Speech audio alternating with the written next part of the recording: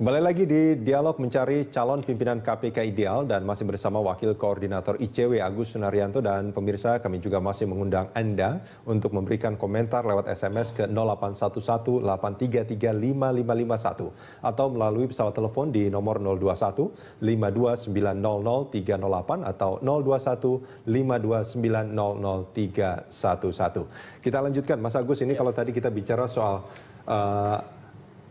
setiap orang pasti punya dosa masa lalu. Betul. Gitu. Memang tidak ada malaikat gitu kan. Ya. Artinya setiap orang pasti punya dosa. Nah, kalau kita berkaca pada apa yang terjadi saat ini, paling tidak 2 pimpinan KPK itu sudah dijadikan tersangka karena dosa masa lalu gitu. Dalam tanda kutip itu harus dibuktikan ya. Nah, apa yang harus dilakukan oleh pansel saat ini dan juga calon pimpinan KPK yang pastinya punya dosa masa lalu itu supaya ada jaminan dalam proses dia terpilih nanti ini tidak ada yang mengungkit masalah lalunya, supaya mereka juga selama 5 tahun itu kerjanya juga bisa tenang gitu. Pertama, soal dosa masa lalu ini kan ada 2 dosa gitu. Ada dosa-dosa yang benar-benar dilakukan, ada dosa yang dicari-cari gitu. Seolah-olah kemudian menjadi masalah besar gitu. Nah, ini yang jadi persoalan menurut saya. Nah, apa yang terjadi di 2 pimpinan sebelumnya kan pansel juga sudah melakukan clearance ya. Maksudnya? Artinya minta clearance dari kepolisian atau kejaksaan bahwa orang-orang ini punya masalah atau tidak. Dan itu sepertinya setiap tahun dilakukan, setiap periodik dilakukan gitu. Nah, menurut saya ke depan ini pansel ataupun DPR menurut saya harus bisa meminta atau memberikan jaminan bahwa kalau ketika mereka jadi pimpinan seharusnya tidak diotak-atik lagi. Paling tidak sampai 5 tahun. Kenapa? Karena di Undang-Undang KPK ini yang belum dirubah sampai saat ini adalah ketika mereka jadi tersangka otomatis nonaktif. Nah, kekhawatirannya adalah seperti tahun-tahun sebelumnya atau yang sedang terjadi saat ini, dicari-cari kesalahan, ditetapkan tersangka otomatis nonaktif, dan itu akan mempengaruhi kinerja KPK. Menurut saya kalau memang ada persoalan, padahal sebelumnya sudah digaransi bahwa orang ini kelakuan baik ada segala macam. Pernah ada clearance yang dikeluarkan oleh polisi dan kepolisian atau kejaksaan misalnya atau lembaga lain, menurut saya ketika dicari-cari kesalahan harusnya dipending dulu. Misalnya ya, dipending dulu sampai masa jabatan kalaupun berakhir. Ada, bukan dicari-cari, kalaupun memang betul ada bukti-buktinya cukup, itu juga paling tidak dipending menurut dulu. Menurut saya dipending dulu sampai tapi jabatan mereka itu memberikan berakhir. Semacam privilege sebetulnya kepada pimpinan KPK. Betul, tapi lagi-lagi ini kan proses. Belum ada jaminan juga bahwa mereka yang bersangkutan bersalah. Belum ada jaminan juga memang tidak bersalah sama sekali gitu. Nah, menurut saya proses ini makanya harus benar-benar ketat, baik di pansel ataupun di kejaksaan. Ini melalui sambungan telepon Mas Agus sudah bergabung bersama kita Ibu Destri Damayanti dari pansel pimpinan KPK. Selamat pagi Bu Destri. Pagi Mas Rudi. Ya, Bu Destri, ini kalau kita bicara soal calon pimpinan KPK ini tugasnya luar biasa berat ini bagi Bu Destri dan kawan-kawan ya. Nah, apakah dalam proses pemilihan ini memang sebaiknya atau bahkan seharusnya harus ada dari kepolisian dan juga kejaksaan di sana, Bu Destri? Maksudnya apa? Kepolisian dan kejaksaan ada di dalam salah satu pimpinan KPK, ya? Saya rasa kan dari awal kami dari pansel sudah menerangkan bahwa siapapun warga negara Indonesia dari institusi manapun juga, apakah dia dosen, apakah dia polisi dan seterusnya, itu mempunyai hak yang sama untuk mendaftarkan diri. Sepanjang dia mendaftarkan diri secara personal. Jadi kan yang kami lihat itu individual, bukan kita lihat bajunya. Tidak ada privilege bahwa nanti harus ada dari kepolisian dan juga kejaksaan. Tidak ada. Jadi benar-benar nanti yang taruhlah ada 8 yang lolos sampai tahap akhir dari pihak kami ya, maksudnya dari pihak pansel, itu adalah memang 8 orang yang terbaik secara individual dan yang kami anggap cocok untuk memimpin KPK ke depan.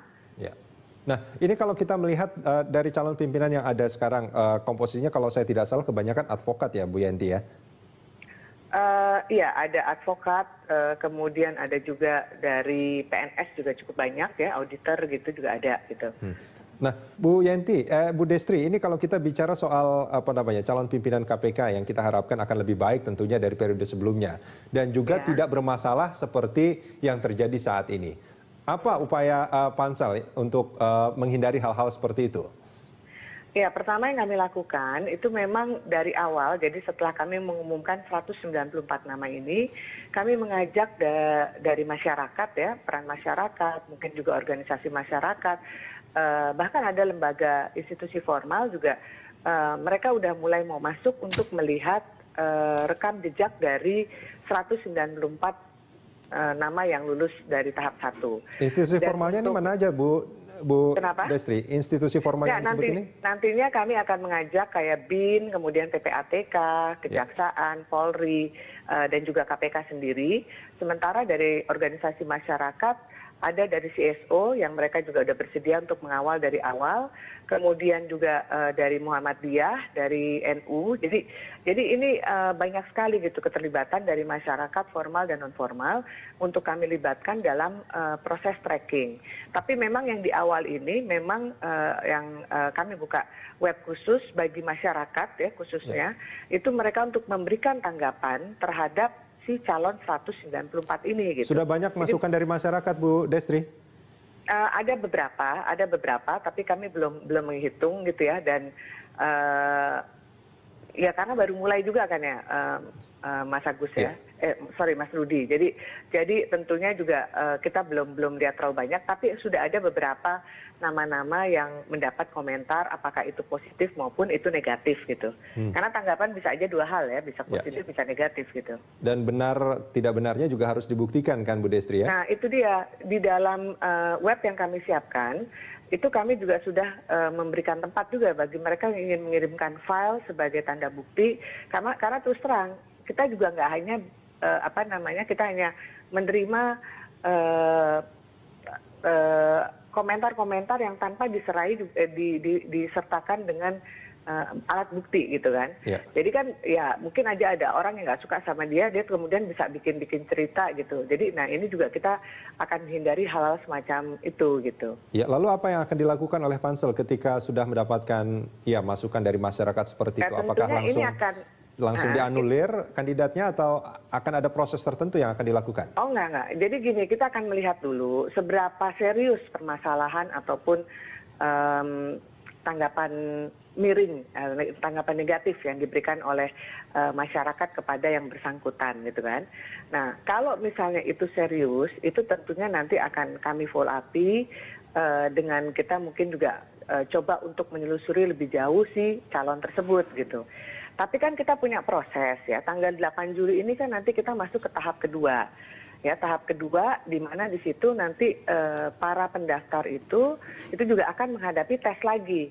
Dan nanti tanggal 14 Juli namanya juga akan makin berkurang kan. Jadi kita akan bisa lebih fokus gitu ke siapa-siapa yang memang nanti akan kita lakukan tracking yang lebih dalam lagi gitu. Bu Destri, ini kalau tadi Anda mengatakan juga akan melibatkan institusi formal kayak BIN, kepolisian, PPATK, termasuk juga KPK. Seingat saya, Pansel periode sebelumnya juga melakukan hal yang sama. Lalu kemudian artinya sudah mendapatkan clearance dari institusi-institusi formal itu. Tapi kemudian kita lihat fakta yang terjadi saat ini, dua pimpinan KPK paling tidak dijadikan tersangka. Nah ini bagaimana Pansel akan menghindari hal-hal seperti ini supaya tidak terjadi lagi? Ini di awal pada saat kami bekerja, isu mengenai ini sudah menjadi concern dari kami. Makanya pada saat itu yang kami lakukan adalah kami coba berkeliling, ya kami ketemu dengan polisi, ketemu dengan kejaksaan dan seterusnya.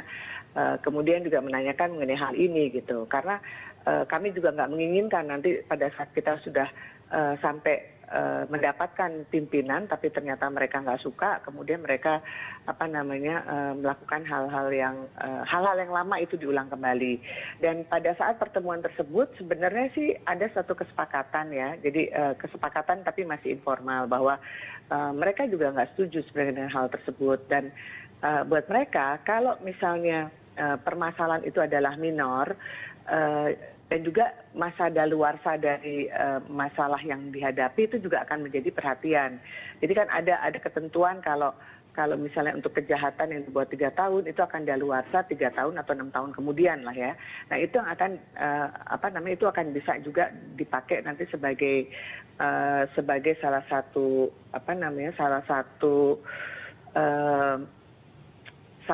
satu alasan yang bisa dipakai yang bisa dipakai untuk tidak kriminalisasi itunya ya pimpinan KPK. Oke. Bu Destri. Jadi itu yang kami upayakan dan kami juga sudah menyampaikan concern itu kepada pemerintah. Ya tentunya di sini kan harus ada kerjasama pemerintah, kemudian juga si lembaga penegak hukum lainnya gitu. Karena nggak mungkin itu sebenarnya udah di luar kapasitas Pansel, tapi Pansel berusaha menjembatani saja dari pihak-pihak yang terkait itu gitu. Baik, Bu Destri, kita akan lanjutkan ini di segmen berikut.